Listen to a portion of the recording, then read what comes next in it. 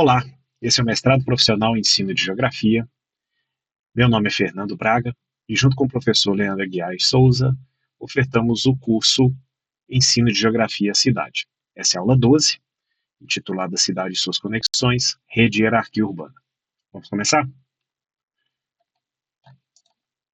Bom, queria começar essa conversa com vocês passando algumas questões-chave dessa aula. A ideia aqui é pensar um pouco a respeito dos conceitos de espaço, território e região, à luz desse conceito que a gente quer ressaltar aqui nessa aula, que é o conceito de redes. E como ao longo do tempo e na própria trajetória da geografia enquanto ciência, esses conceitos têm sido revisitados e repensados a partir da lógica das redes. Evidentemente, dentro do recorte dessa disciplina, há uma preocupação especificamente com o conceito de rede urbana e pensar como ele tem sido caracterizado na contemporaneidade, compreender, então, a ideia de hierarquia de cidades e contextos reticulares, e aí tem um ponto importante aqui, que é fazer essa contraposição entre redes e hierarquias, algo que vou explorar ao longo da nossa conversa, e pensar, então, dentro das dificuldades de definir e trabalhar na prática com redes, quais são aí os principais desafios metodológicos. Bom, essa é um pouco aí a ideia do que se quer conversar aqui nessa aula. Como referência, dois trabalhos de textos muito importantes, né, na geografia contemporânea, um capítulo do livro Natureza do Espaço, de Milton Santos, chamado Por uma Geografia das Redes, e também um capítulo do livro Trajetórias Geográficas, do Roberto Lobato Correia, chamado Dimensões de Análise das Redes Geográficas. Então, está lá no ambiente de aprendizagem os links para acessar essas leituras. Primeira coisa que entendo ser importante explorar com vocês é pensar essas transformações conceituais. Eu não quero aqui fazer uma defesa de que esses conceitos, nesse momento da geografia, têm exatamente essas definições, não quero trabalhar nessa lógica, então fique claro, mas pensar um pouco como a emergência mais recente que eu digo, né, 30 anos, dentro do pensamento das ciências sociais, e aí precisaria de outra aula para talvez explorar, né, todo o desenvolvimento que a ciência das redes ganhou dentro das ciências sociais nesses últimos 30 anos, não é o objetivo aqui, mas como que esse desenvolvimento em particular, esse interesse ampliado da geografia pelo conceito de redes, impactou essas categorias básicas da geografia. Então, não estou aqui propondo uma definição, mas sim uma reflexão sobre o impacto. Então, no caso, por exemplo, do conceito de espaço, a compreensão que as redes ajudam a dar do espaço não como suporte físico das ações geográficas, dos fenômenos geográficos, mas como resultado de relações sociais historicamente formadas, né, e de relações espaciais entre lugares e entre pessoas. O território também tem, não está indicado aqui na bibliografia, mas tem um livro muito importante do Rogério Rasbach a respeito desse tema, que foi um pouco inspiração aqui para essa aula, né, só não está incluído na bibliografia básica de leitura, é a ideia de que o território também, ao longo do tempo, ele foi deixando de ser vinculado simplesmente à perspectiva dos limites políticos, por exemplo, de estados nacionais, e vai ganhando uma perspectiva cada vez mais vinculada a uma definição relacional, articulando seus jogos de poder, multiplicidade de agentes em disputa. Então, ele explora nesse livro, por exemplo, a questão do território-rede. E a região da mesma forma, enquanto lá em momentos anteriores da geografia existiram concepções de região baseadas em estabilidade funcional, em recortes muito fixos, essa ideia de espaço fluido, relações entre espaços vão substituindo uma definição de região mais rígida, que estava muito mais preocupada com especializações, com ser capaz de é, separar e diferenciar espaços a partir de especializações, seja unindo os iguais ou separando os diferentes. Mas a ideia de regiões fluidas, né, foi ganhando, nessas últimas décadas, um corpo muito grande.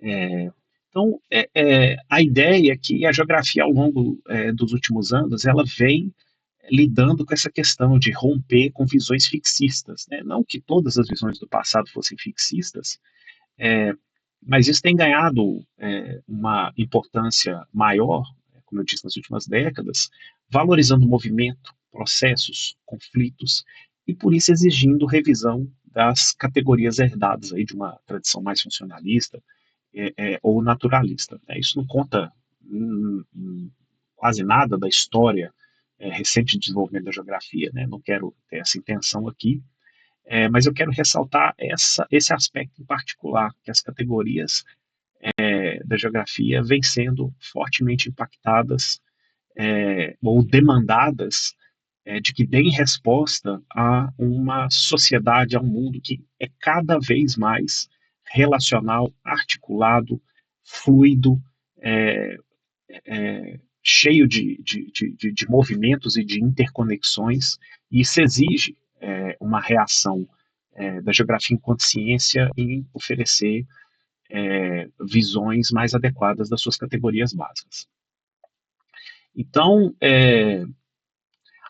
o fato é que a análise espacial, nos últimos anos, vem incorporando, então, o conceito de redes como uma categoria geográfica de análise, pareando junto com essas grandes categorias, né, o território, lugar, região, paisagem. O conceito de redes vem ganhando aí uma importância cada vez maior na análise geográfica e se multiplicando os trabalhos e as concepções que trazem é, a necessidade de pensar os fenômenos sociais e geográficos também sobre a ótica das redes.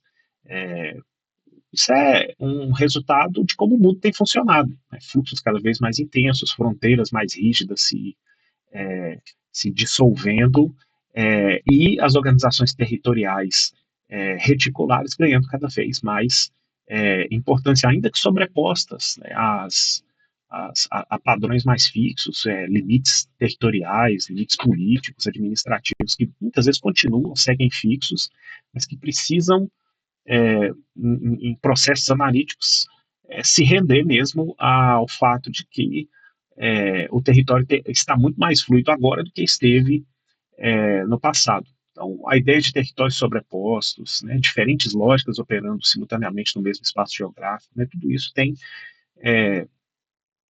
povoado, né, as análises, né, e a literatura. Então, o chamado território-rede, né, ele vai articular as materialidades, mobilidades, escala, integrar fixos e fluxos de uma forma muito mais híbrida.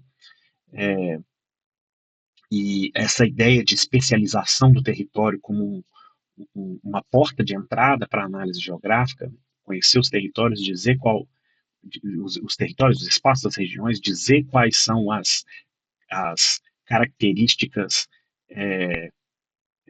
mais individualizadas daquele espaço, as características inatas daquele espaço, de ser capaz de descrever como aquele espaço é diferente dos outros, cada vez vem perdendo mais força, porque descrever simplesmente atributos do espaço geográfico é só uma parte do fazer uma análise geográfica. É necessário pensar como aquele espaço se relaciona, qual que é a densidade de relações daquele espaço com outros, né? Então, o critério de diferenciação regional deixa de ser fixo, né, dentro da perspectiva da especialização e passa a tratar da densidade de relações.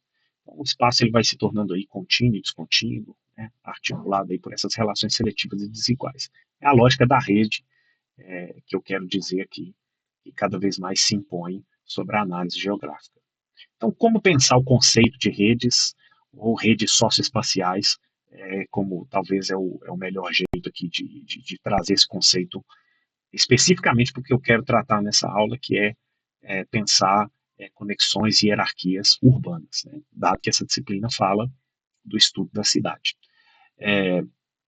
Então, as redes, nesse caso, nesse recorte específico, elas são organizações socioespaciais que articulam fixos e fluxos. O espaço não vai deixar de ter os seus fixos, o seu território, as rugosidades no território, né, as expressões da vida humana, né, as materialidades, as interações entre a vida humana e as sociedades e a natureza, elas formam fixos no território, as próprias articulações entre espaços, sejam elas naturais, como hidrovias, ou construídas como estradas, ferrovias, elas também se tornam fixos.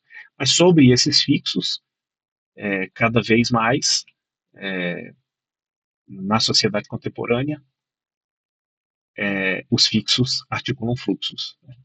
Então, conectam aí uma diversidade de atores, e dentre esses atores também estão o próprio espaço, né? O espaço aqui não como mero receptáculo, mas pensando nele como um próprio ator, um ator de redes socioespaciais, se conecta aí por uma multiplicidade de relações.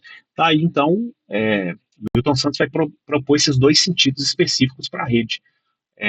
Um sentido material, da rugosidade própria no território, as infraestruturas que estão estabelecidas e que denotam conexões, e o social, que seriam os fluxos mais simbólicos, os fluxos de valores, os fluxos de pessoas, os fluxos de informações que se utilizam do espaço construído, das infraestruturas no território, como meio para promover essa fluidez.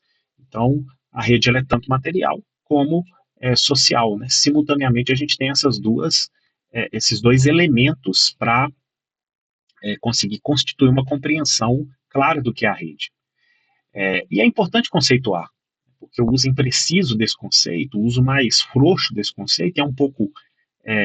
Essa é uma questão importante quando vai se pensar no conceito de rede urbana, e eu quero, né, propor essa reflexão aqui, que um uso mais impreciso do conceito, sem pensar que toda rede precisa ter pontos fixos e precisa ter relações, precisa ter nós e precisa ter laços, precisa ter atores e precisa ter fluxos, sem considerar esses elementos básicos do que constitui uma rede, fica difícil ter precisão conceitual, e aí o conceito se afrouxa, né? Ele perde o seu potencial explicativo. Então, quando a gente fala de redes, essa é uma primeira provocação, se é que as redes têm se tornado realmente, efetivamente, tão importantes para a análise do espaço geográfico, é necessário fazer uma delimitação analítica que venha de um conceito mais preciso, de modo que seja possível, nas análises de rede, revelar a forma dessa rede, as funções dessa rede e a sua própria organização.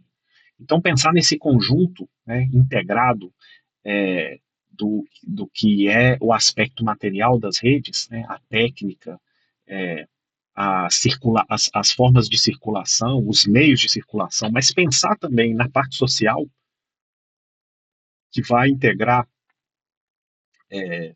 os fluxos imateriais, né, que a sociedade tem interesse, os aspectos políticos, né, que aproximam, que isolam os territórios e as pessoas, né, isso tudo precisa estar em jogo numa definição, em qualquer tipo de abordagem que se faça das redes. Então, quando a gente vai pensar em redes geográficas, ou redes espaciais, né, se preferirem, a ideia é que é necessário sempre incluir o espaço, trazer o espaço para o centro da discussão. E aí vai ser possível estabelecer uma série de possibilidades de entrada para pensar uma determinada rede e as suas redes, as redes que coexistem e se complementam. Então, sistemas bancários, sistemas logísticos, fluxos migratórios, e aí os fluxos simbólicos e informacionais, como eu comentei também. Em todo o tempo, redes geográficas são compostas por nós, que são fixos, né, os espaços materializados, e pelos fluxos que vão conectar esses espaços, sempre, sempre de maneira seletiva e desigual. Nenhuma rede existe, né, nenhum fluxo entre seres humanos, sociedades, instituições, se constitui de forma aleatória. Né? Todo fluxo tem sobre ele uma intencionalidade, né, um propósito, uma direção, e isso faz com que o espaço se integre e se desenvolva sempre de maneira seletiva e desigual. Sobre as estruturas criadas pelas redes, por esse conjunto amplo de relações entre pessoas e lugares, é que se desnuda lógicas, estruturas de integração funcional, que se estruturam as lógicas de controle territorial, circulação econômica e espacial. Se as redes elas têm essa dimensão da materialidade e a dimensão social, né, elas podem ser visíveis ou invisíveis, materiais ou imateriais, elas podem ser amplamente duráveis, né, se elas estão materializadas no espaço, ou elas podem ser instáveis, como, por exemplo, as redes de circulação do capital financeiro, enfim. Cada uma delas, então, tem uma racionalidade específica, tem um, uma forma específica de se organizar, mas o espaço importa.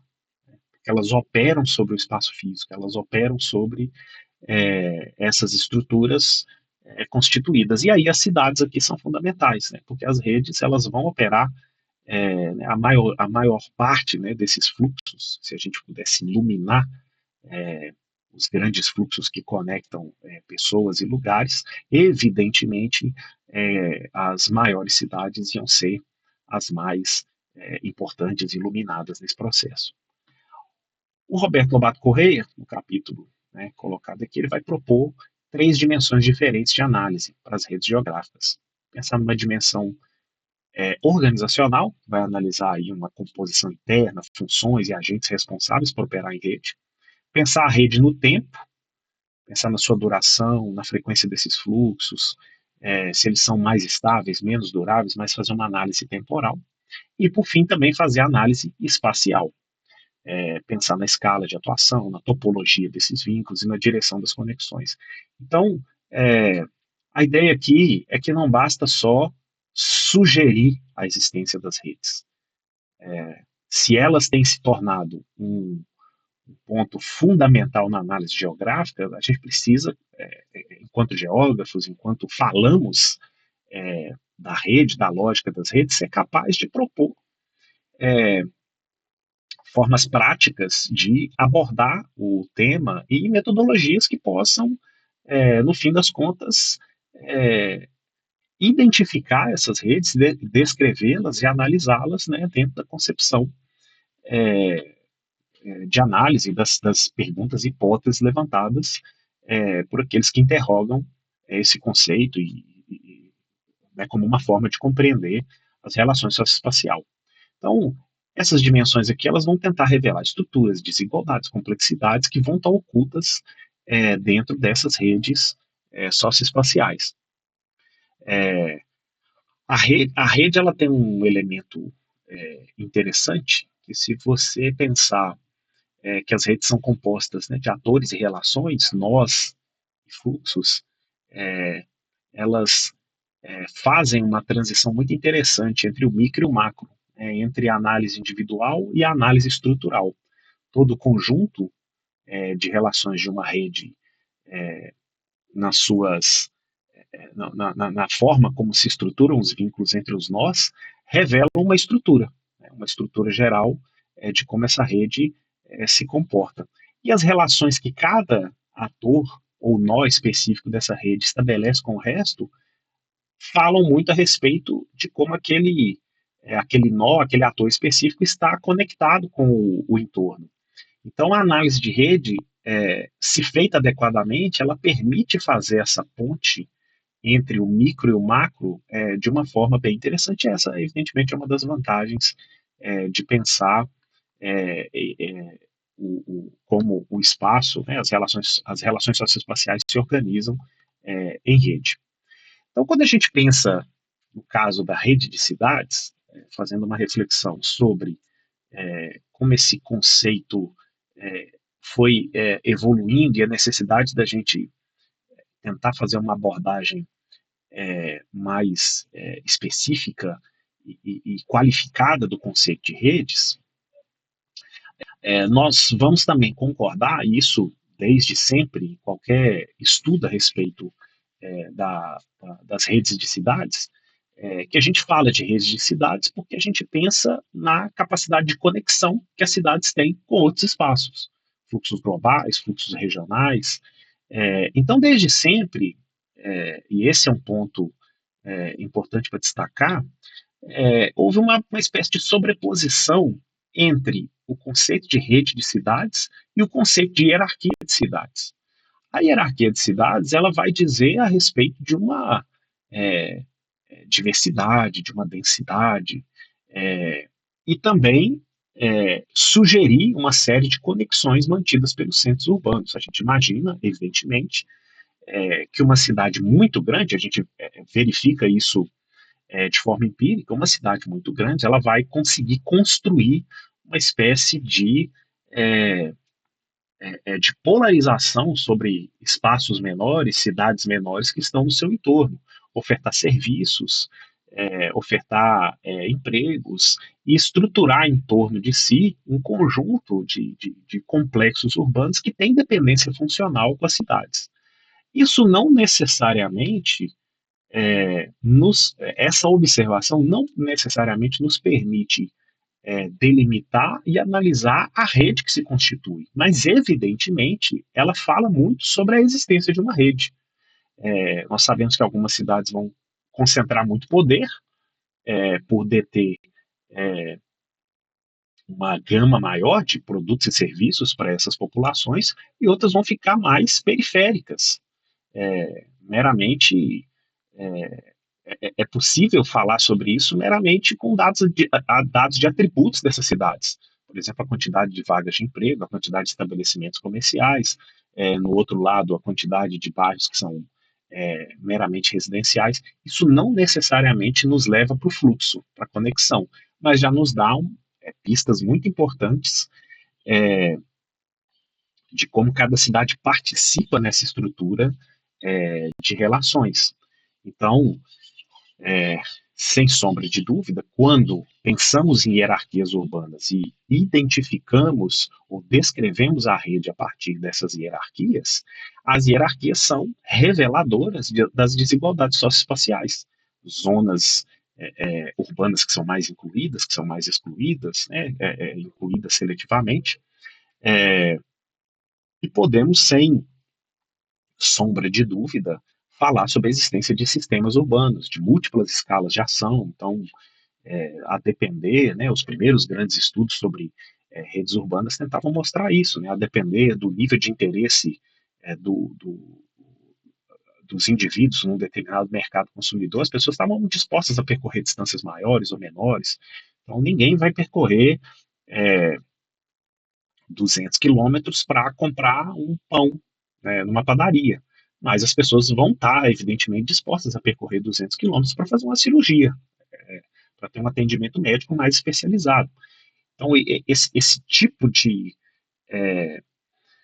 complexidade na rede de produtos e serviços, nas estruturas de produtos e serviços disponíveis para a população, versus o interesse das pessoas em percorrer diferentes distâncias para acessar ou necessidade, né? Nem é só interesse, é a necessidade dessas pessoas em percorrer diferentes distâncias para acessar produtos e serviços, vai, evidentemente, gerar uma hierarquia uma hierarquia entre os próprios lugares, gerando capacidade de polarização cada vez maior, né, quanto maior for, né, e mais bem estruturado for um determinado centro urbano. Agora, aí que está o ponto. Hierarquias urbanas e redes urbanas não são sinônimos. E esse talvez é a grande questão que é importante se levantar aqui. Quando falamos sobre o conceito de rede, é necessário evocar os elementos que compõem uma rede, atores e relações. Quando falamos de hierarquias urbanas, como eu estava explicando aqui, há uma série de elementos que indicam a existência das relações, que apontam para a desigualdade dessas relações e os vínculos de dependência, mas não necessariamente se tem atores e relações devidamente identificados. Agora, hierarquias e redes não se excluem. Evidentemente, toda a rede demonstra, ao ser analisado, um tipo específico de hierarquia, mas elas vão operar conjuntamente na organização do espaço urbano. Se as relações e a polarização entre fixos e fluxos são diferenciadas, uma hierarquia se revela. Mas a hierarquia em si não é a rede. Então, os modelos hierárquicos, eles vão falar da rede num determinado nível. Eles, por exemplo, vão ser capazes de identificar níveis de centralidade, que é um conceito reticular. Mas as redes, elas vão revelar muito mais, né? Há uma série de relações, por exemplo, que podem ser horizontais, multidirecionadas, e que o estudo das hierarquias não necessariamente é capaz de captar. Então, a ideia é que se faça uma leitura integrada entre a estrutura de redes e aquilo que os atributos dos lugares podem indicar como elementos da hierarquia. E aí sim, a dinâmica urbana pode nos dar uma compreensão mais completa, né? Então, essa tensão aí entre formas hierárquicas e formas reticulares, hierarquia dada pelos atributos dos lugares e as formas reticulares dadas pelos relacionamentos que esses lugares estabelecem, aí sim a gente vai ter uma visão mais ampla do que né, do que são essas espacialidades complexas produzidas pelo relacionamento entre os núcleos urbanos. Então, ao contrapor redes e hierarquias conceitualmente, o fato é que muitos dos estudos anteriores, né, os estudos preliminares sobre redes de cidades, redes urbanas, eles focalizavam nos atores, né, nas cidades, né, nos núcleos urbanos enquanto atores, mas ignoravam as relações ao se endereçar apenas aos atributos desses atores como indicativos do potencial de polarização. Isso é uma espécie de método indireto, né? Eu estimo uma área de influência sobre outros, de uma cidade sobre outras, com base nos atributos dessas cidades, e não nas interações reais que elas estabelecem. Eu posso dizer que eu tenho, numa região metropolitana, o núcleo em geral, né, e alguns municípios também fortemente articulados ao núcleo. Eles, por exemplo, podem, a partir de um atributo específico, que é vagas de emprego na indústria ou vagas de emprego no comércio e serviços, indicar que eles são polarizadores sobre cidades menores, que têm poucas vagas, é, tanto na indústria como no comércio e serviços, e isso, pelo atributo dessas cidades, a gente pode dizer, essa cidade aqui é uma cidade que polariza, ela recebe trabalhadores para uma jornada diária, e essas outras cidades, que têm menos vagas de emprego disponíveis, provavelmente são cidades dormitório, né, cidades polarizadas pelos núcleos mais centrais da região metropolitana. Essa suposição ela não é incoerente, mas ela não é reveladora da rede. O que poderia revelar a rede? O quantitativo de movimentos pendulares, num ano, num mês, na década, entre esses núcleos urbanos. Aí você tem uma medida de fluxo, aí você tem uma medida de relações. Então, os atributos vão contar uma parte dessa história, mas os fluxos precisam estar presentes também para contar outra parte dessa história. E se parte desses fluxos não são somente entre as cidades de nível hierárquico diferente? E se há um conjunto de fluxos entre cidades de mesmo nível hierárquico? Então, nós não vamos conseguir ver apenas a partir dessa suposição baseada em atributos. Daí, então, essa visão complementar, né? Métodos indiretos não vão mostrar toda a complexidade de uma rede urbana. E o problema é que dados de rede, né, dados efetivos para capturar fluxo, são complexos de produzir. Então, isso sempre, desde sempre, trouxe muita dificuldade para a análise relacional. Uma análise relacional também ela tem uma dificuldade, até, obviamente, isso já tem sido amplamente superado, já, não é à toa que nas últimas décadas, né, a análise de redes nas ciências sociais avançou muito, porque também avançaram os métodos computacionais. Então, suponhamos, no Brasil a gente tem quase 6 mil municípios, e para pensar, por exemplo, nas trocas migratórias ou nas trocas comerciais entre esses 6 mil municípios, né, você teria uma matriz de 6 mil colunas por 6 mil linhas, né, muitos dados de cruzamentos de informações, e isso gera desafios, né, sempre gerou desafios do ponto de vista analítico, computacional, que na medida que esses desafios analíticos vêm sendo superados, a possibilidade de captar essas informações, analisar e, a partir delas, desnudar estruturas de redes tem ficado cada vez mais fácil. Então, a gente pode hoje, com muito mais facilidade do que há 30, 40 anos atrás, trazer à luz, né, nos processos analíticos, as estruturas das redes. Então, sair de um estudo mais simples das hierarquias para considerar outros elementos, né? Reciprocidade entre os locais, intensidade desses vínculos entre os locais, isso tudo é muito interessante. Então, a ausência de relações observáveis, né, ela vai, né, como eu já argumentei aqui, limitar a compreensão da rede como um sistema dinâmico. Então, se a gente olha, por exemplo, isso aqui, que é a representação do sistema urbano, do Walter Cristale, uma das primeiras teorias da economia regional sobre redes urbanas, constitui-se aqui uma visualização de uma rede. Mas, basicamente, esse aqui é um estudo de hierarquias urbanas, porque ele estabelece nesses pontos principais aí o mouse, passar o mouse aqui, né, nesses pontos principais aqui da rede que se estrutura, né, uma possível área de influência para uma determinada estrutura de produtos e serviços ofertadas por um centro maior, e as cidades menores, os núcleos urbanos, os aglomerados menores que orbitam em torno da capacidade de polarização. Mas tudo isso é dado pela análise dos atributos oferecidos por essa cidade aqui, maior, e pelas menores, e as relações de dependência que se supõe existir nesse espaço e que podem estar manifestadas tanto na estrutura dos mercados em si, no seu tamanho, na quantidade de pessoas que estão empregadas, também nos vínculos existentes entre esses lugares por estruturas rodoviárias ou outros modais de transporte, mas, como eu disse, são apenas estudos de atributos. E isso aqui, em grande medida, é o que consolidou boa parte da análise sobre redes urbanas no Brasil. A gente tem esse estudo aqui mais recente do IBGE, as primeiras explorações desse estudo de redes e hierarquias de cidades no IBGE, que até deram origem, por exemplo, às micro-regiões geográficas um pouco também às meso-regiões geográficas, tinha um pouco essa perspectiva das áreas de influência dos municípios, muito baseados em estudos de atributos dessas cidades.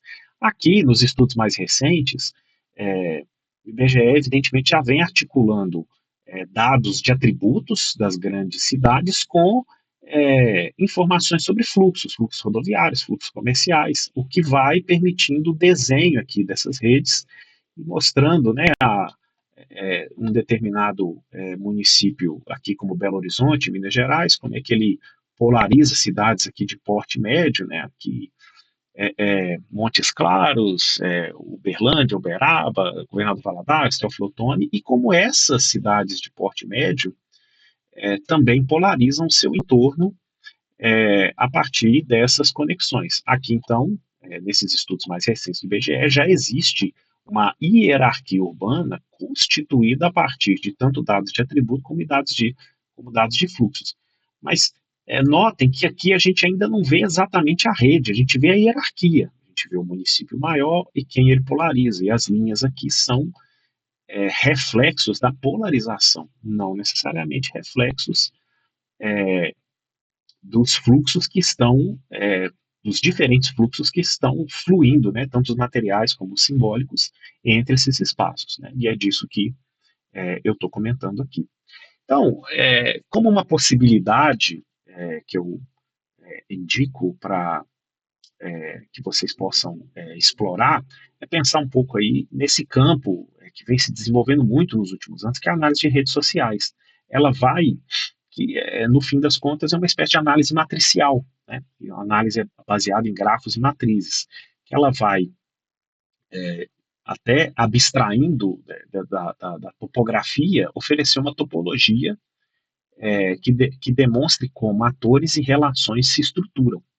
Ela vai oferecer alguns instrumentos úteis para estudar estruturas relacionais mais complexas, né? Os grafos e as matrizes são os elementos essenciais para trazer a materialidade para esses fluxos.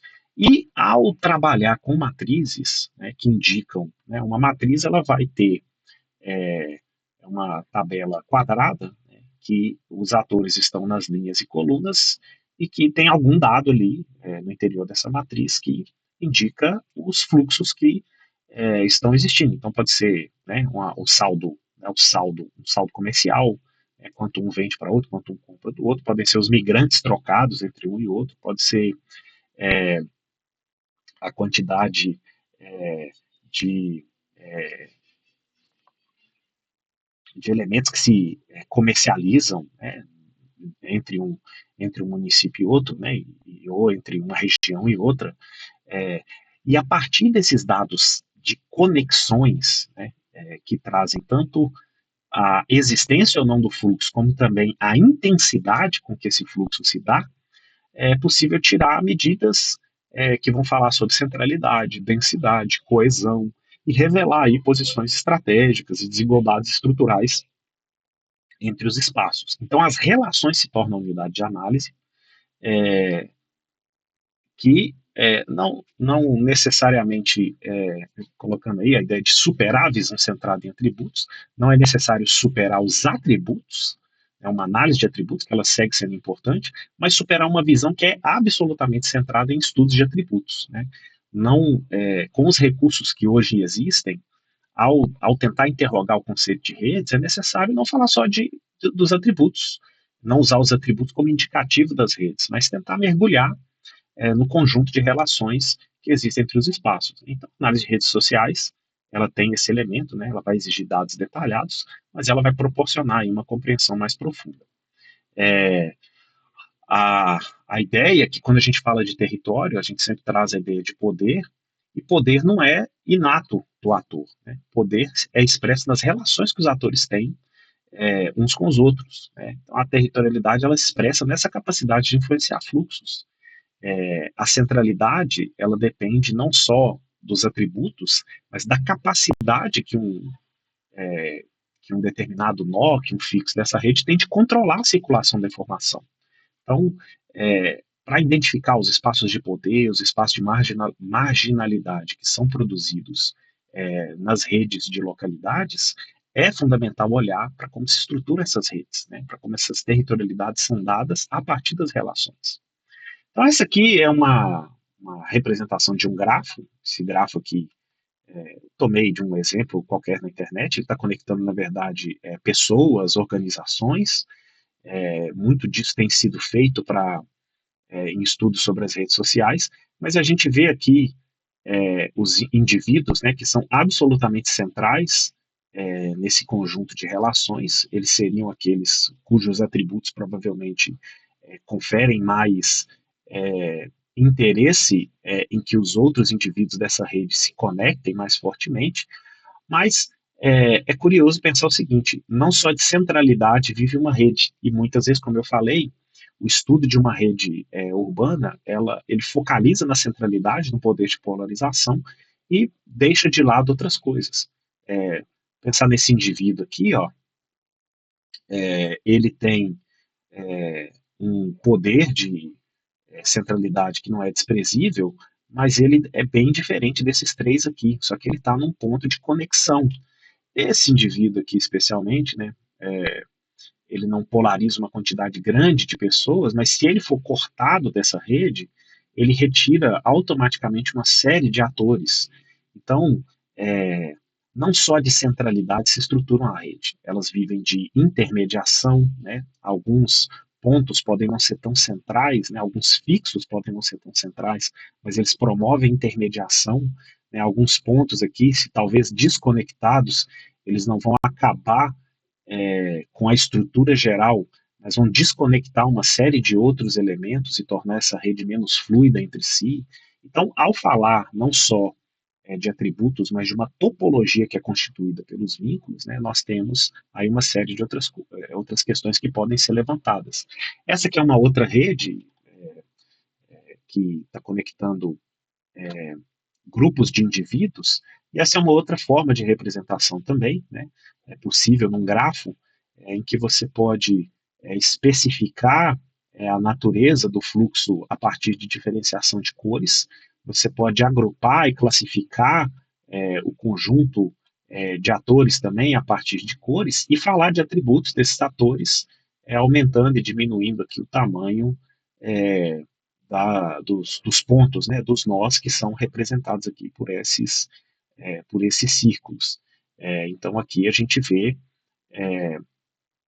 que os círculos maiores, sem sombra de dúvida, eles têm maior capacidade de absorção dos fluxos. Mas é uma forma também, né, de abstrair da topografia, da informação georreferenciada e, a partir das conexões, enxergar outros elementos. Quero então deixar aí uma reflexão, né, sobre esses desafios e potencialidades. As redes elas têm se tornado fundamentais, né, nas análises geográficas, especialmente nas análises geográficas mais recentes, mas no caso da rede urbana, cabe aí esse destaque que é fundamental pensar essa ideia de redes e hierarquias, e que elas não são sinônimos, mas são formas analíticas essenciais e complementares, né? A análise de redes e de relações precisa acompanhar, né, atores, e é fundamental, né, que a geografia se aproxime mais desses métodos, né, que revelem a complexidade reticular do território.